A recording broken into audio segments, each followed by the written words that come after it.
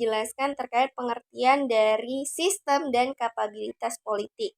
Untuk pengertian dari sistem itu sendiri merupakan rangkaian dari beberapa komponen di mana tiap-tiap komponennya ini antara yang satu dengan yang lainnya merupakan satu kesatuan. Jadi, setiap komponen dalam sistem ini memiliki keterikatan.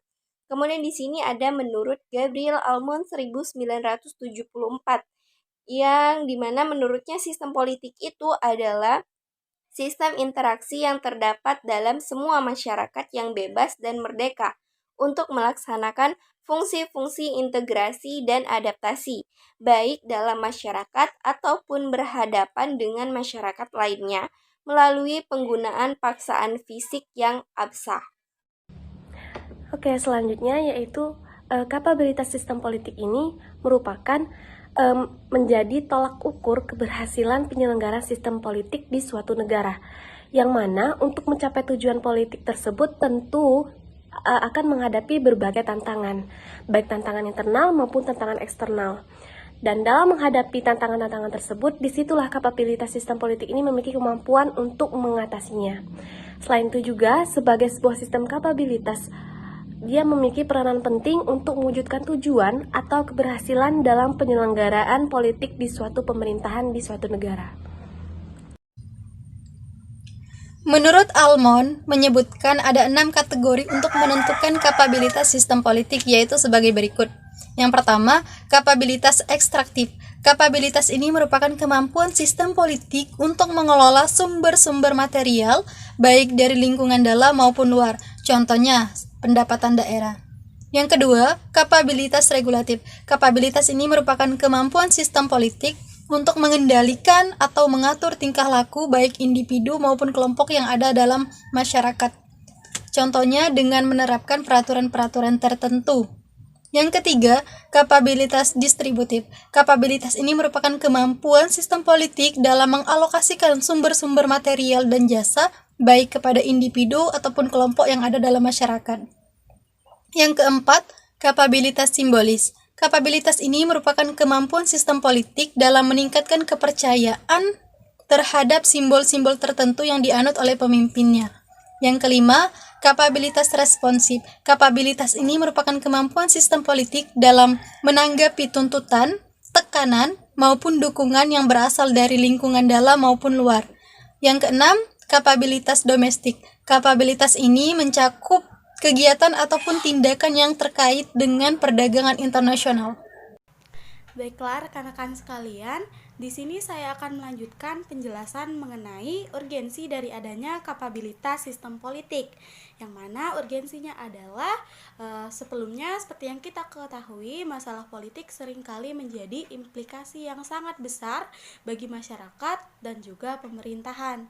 Nah, di sini kemampuan untuk mengatasi masalah politik tersebut, yaitu untuk membuat keputusan yang bijak, sangat penting nih untuk membagi keberlangsungan dan stabilitas pemerintahan serta untuk menjamin hak-hak rakyat agar tetap terpenuhi dan terlindungi.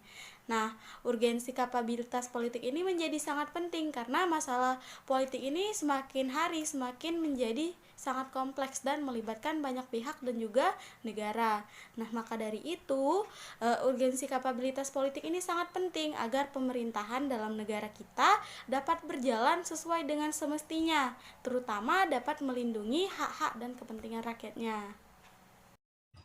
Halo, di sini saya akan menjelaskan tujuan dan manfaat kapabilitas sistem politik, yang dimana tujuan dan manfaat kapabilitas sistem politik yaitu masyarakat dan pemerintahan saling bekerja sama untuk mencapai tujuan bersama, yang dimana tujuan dan manfaat kapabilitas sistem politik yaitu untuk mensejahterakan keterlibatan masyarakat, seperti untuk menjaga perdamaian, kerukunan masyarakat, dan mensejahterakan masyarakatnya.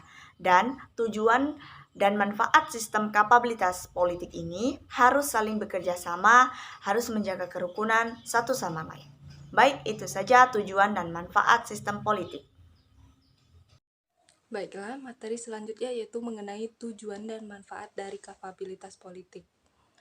Kapabilitas sistem politik sendiri memiliki tujuan untuk menjaga suatu sistem ketertiban sehingga masyarakat bisa menjalani kehidupannya secara wajar. Karena pada hakikatnya pemerintah tidaklah untuk melayani dirinya sendiri, akan tetapi untuk melayani masyarakat. Antara pemerintah dan masyarakat itu saling berkesinambungan, sehingga menciptakan kondisi yang memungkinkan setiap anggota masyarakat dapat mengembangkan kemampuan dan kreativitasnya untuk mencapai tujuan bersama. Proses politik di Indonesia itu dalam perjalanan sejarah yang dinamis, demokrasi di Indonesia menganut beberapa sistem perubahan yaitu sebagai berikut. 1. Demokrasi liberal, yang dimana demokrasi liberal ini disahkan pada tanggal 3 November tahun 1945, yang dimana sejak itu sistem multipartai berlaku melalui maklumat pemerintah. Dalam sistem multipartai ini lebih menampakkan sifat ketidakstabilan politik, setelah berlaku sistemnya parlementer dalam naungan Undang-Undang Dasar tahun 1945 pada periode pertama. 2. Demokrasi terpimpin. Pada periode demokrasi terpimpin, pemikiran demokrasi dari negara barat itu banyak ditinggalkan. Soekarno, pemegang pimpinan nasional itu, bahwa menyatakan atau berpikir demokrasi liberal atau demokrasi parlementer itu tidak sesuai dengan kepribadian bangsa Indonesia. Pada prosedur pemungutan suara dalam lembaga perwakilan rakyat itu dinyatakan pula sebagai tidak efektif.